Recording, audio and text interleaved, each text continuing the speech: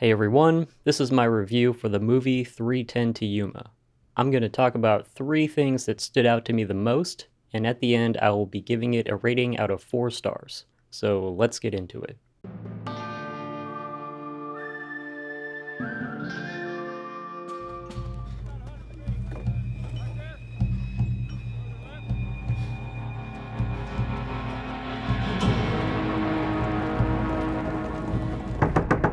This film has excellent sound and volume direction.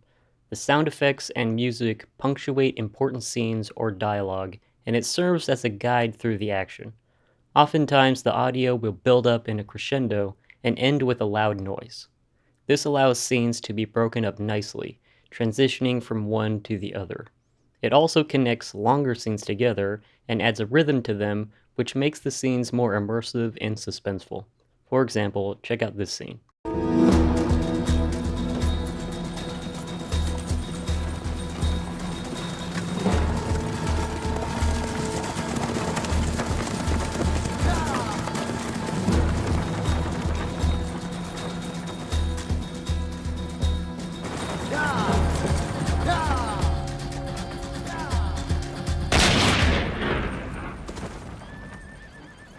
As you saw, this scene's audio starts out loud and exciting. It carries this volume and intensity until the end, where it stops with a loud gunshot.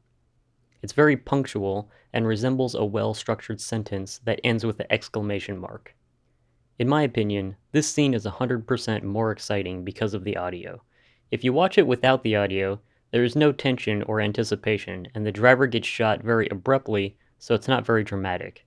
But with the audio, it really brings the scene to life. It's intense, dramatic, and jarring, all because of great audio direction. This film is full of great audio, and this is just one example of it.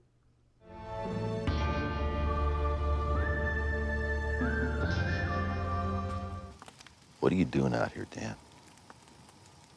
You got a family to protect. Maybe I don't like the idea of men like you on the loose. It's man's nature to take what he wants, Dan. That's how we're born. Well, I make an honest living. Ben Wade is an infamous outlaw and ruthless killer. He usually kills bad people and has certain personal reasons for killing his victims. Tommy was weak. Tommy was stupid. Tommy is dead. This makes him appear mysterious and dangerous, but he is also extremely charming and has a way with words. Every way of man is right in his own eyes, Byron. The Lord ponders the heart. Proverbs 21. This combination of traits makes him a very dynamic character, and Russell Crowe does an amazing job playing the part. Our protagonist, Dan Evans, played by Christian Bale, is a serious type and gets straight to the point of things. Give me $5 extra And what's that for? for making me nervous. Currently, he is down on his luck and owes people money. Because of this, his family is struggling and desperate. Despite his circumstances, he acts brave, persistent, and loves his family. I've been standing on one leg for 3 damn years, waiting for God to do me a favor.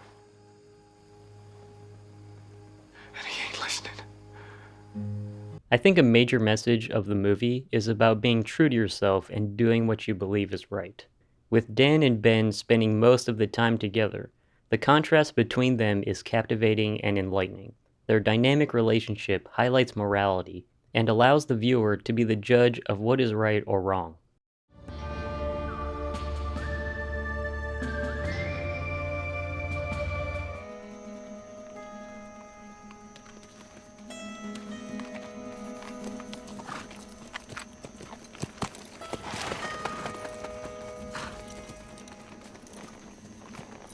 The first time we see Ben Wade, he is sketching a falcon. We don't know exactly why he does this, but regardless, this keen-eyed predator is now associated with him. This act of sketching, presented cinematically, immediately makes this character interesting and memorable. The second sketch that he does is of a woman, And a while after that, this happens. If I come from the seat of a drunk gravedigger, the rancid womb of a whore,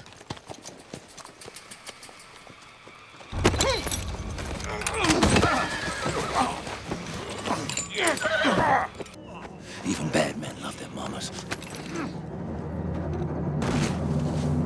As you can see, he sketches things that mean something to him and have some effect on his actions. Even if he is a murderous outlaw, this can make him appear more relatable as someone who expresses themselves through drawing.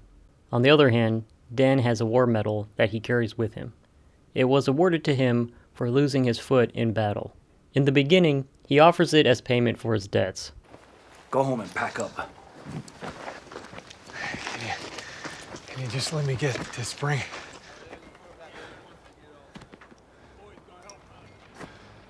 I can turn the corner. Sometimes a man has to be big enough to see how small he is. It's a pitiful act, and it makes us wonder how much it's worth to him. This situation firmly associates Dan to his medal and makes him more interesting and memorable. He chooses to keep it with him and thinks about it on the journey. It's unclear why he does this until the end. William, I want you to give this back to your mother.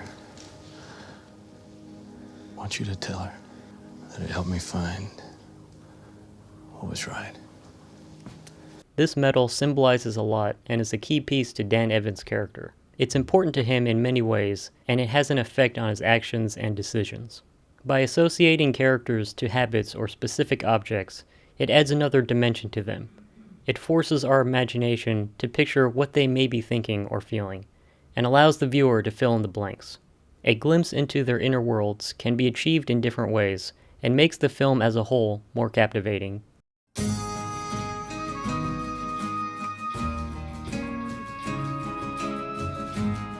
3:10 to Yuma is a great film. It has a simple plot that is easy to follow and features deep, captivating characters. I think this film is a hidden gem for cinephiles. The audio is exceptional, the acting is impressive, the themes are thrilling, and the drama is real. I would recommend it to anyone who is in the mood for an action-adventure film or a western. Overall, I give it a score of 3.5 stars out of 4. It's a great film that stands the test of time, and is a great example of filmmaking. Thanks for watching, and I will see you next time.